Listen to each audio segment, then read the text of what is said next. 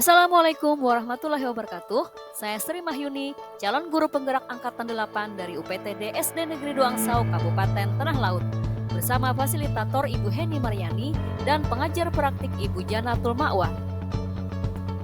Video ini merupakan video koneksi antar materi modul 3.2 tentang pemimpin pembelajaran dalam pengelolaan sumber daya.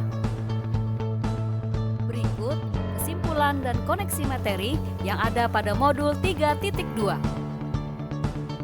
Pertanyaan yang pertama, buatlah kesimpulan tentang apa yang dimaksud dengan pemimpin pembelajaran dalam pengelolaan sumber daya dan bagaimana cara mengimplementasikannya di dalam kelas, sekolah, dan masyarakat sekitar sekolah. Yang dimaksud memimpin pembelajaran sebagai pengelola sumber daya adalah seorang pemimpin yang mampu memanfaatkan sumber daya yang ada di lingkungannya dan cara mengimplementasikannya yaitu dengan menjadikan sumber daya tersebut sebagai kekuatan atau aset untuk menjadikan lingkungan kelas, sekolah, dan sekitarnya menjadi lebih maju dan berkembang. Yang kedua, jelaskan dan berikan contoh bagaimana hubungan pengelolaan sumber daya yang tepat akan membantu proses pembelajaran murid menjadi lebih berkualitas. Dalam pengelolaan sumber daya, terdapat 7 modal utama yang saling memiliki keterkaitan, yaitu modal manusia, modal sosial, modal lingkungan, modal fisik, modal finansial, modal politik, dan modal budaya dan agama. Jika ketujuh modal utama tersebut dikelola dengan baik, maka akan mampu meningkatkan kualitas pembelajaran murid. 7 modal utama yang saling memiliki keterkaitan adalah yang pertama, modal manusia. Contohnya, adanya sumber daya manusia yang berkualitas, memiliki pengetahuan, kecerdasan, dan keterampilan.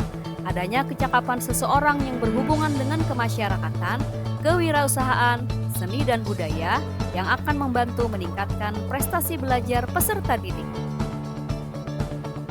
Yang kedua, modal sosial.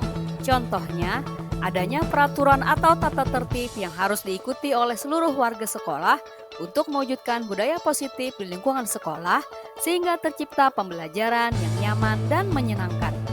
Yang ketiga, modal lingkungan atau alam.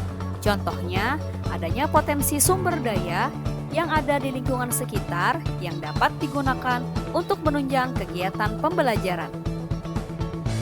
Yang keempat, modal fisik.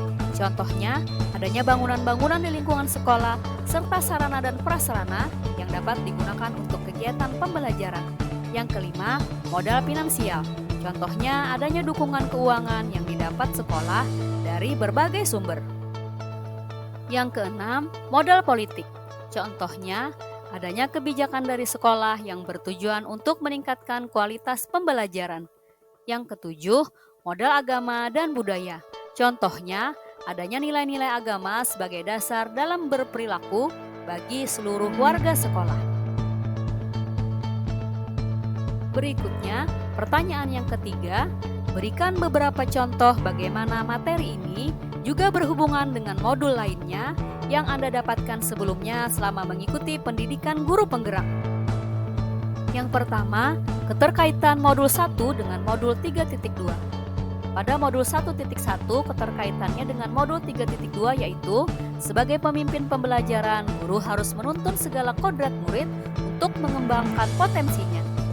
Kemudian pada modul 1.2, guru harus meningkatkan nilai dan perannya dalam melaksanakan pembelajaran yang berpihak pada murid. Kemudian keterkaitan modul 1.3 dan modul 3.2, dalam mewujudkan visinya, guru harus berpikiran ke depan, menggunakan paradigma berpikir berbasis kekuatan atau aset. Kemudian keterkaitan modul 1.4 dan modul 3.2 yaitu budaya positif merupakan aset yang dapat menunjang terwujudnya pembelajaran yang berpihak pada murid. Berikutnya, keterkaitan modul 2 dengan modul 3.2. Pada modul 2.1, keterkaitannya dengan modul 3.2 yaitu untuk meningkatkan potensi atau kekuatan yang ada pada murid, maka guru dapat menerapkan pembelajaran berdiferensiasi. Kemudian keterkaitan modul 2.2 dengan modul 3.2 yaitu Kemampuan mengontrol sosial dan emosional merupakan hal yang harus dimiliki seorang pemimpin untuk dapat mengelola sumber daya dengan baik. Berikutnya keterkaitan modul 2.3 dengan modul 3.2 yaitu teknik coaching merupakan salah satu cara yang dapat diterapkan seorang pemimpin dalam pengelolaan sumber daya.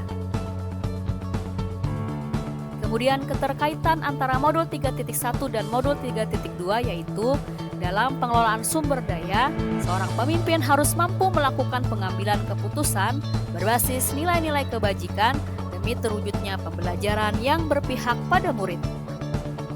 Berikutnya pertanyaan yang keempat, ceritakan pula bagaimana hubungan antara sebelum dan sesudah Anda mengikuti modul ini, serta pemikiran apa yang sudah berubah di diri Anda setelah Anda mengikuti proses pembelajaran dalam modul ini. Sebelum saya mempelajari modul 3.2, saya berpikir sumber daya yang ada di lingkungan saya hanya berupa sumber daya fisik. Dan selama ini saya memandang kelemahan atau kekurangan sebagai suatu hambatan dalam meningkatkan mutu pendidikan. Namun setelah saya mempelajari modul 3.2, saya telah memahami bahwa terdapat 7 model utama yang harus dikembangkan. Dan saya juga telah memahami bahwa seorang pemimpin harus menggunakan pendekatan berbasis kekuatan dalam mengelola sumber daya. Demikian video saya kali ini. Terima kasih sudah menyaksikan. Salam sehat dan bahagia. Wassalamualaikum warahmatullahi wabarakatuh.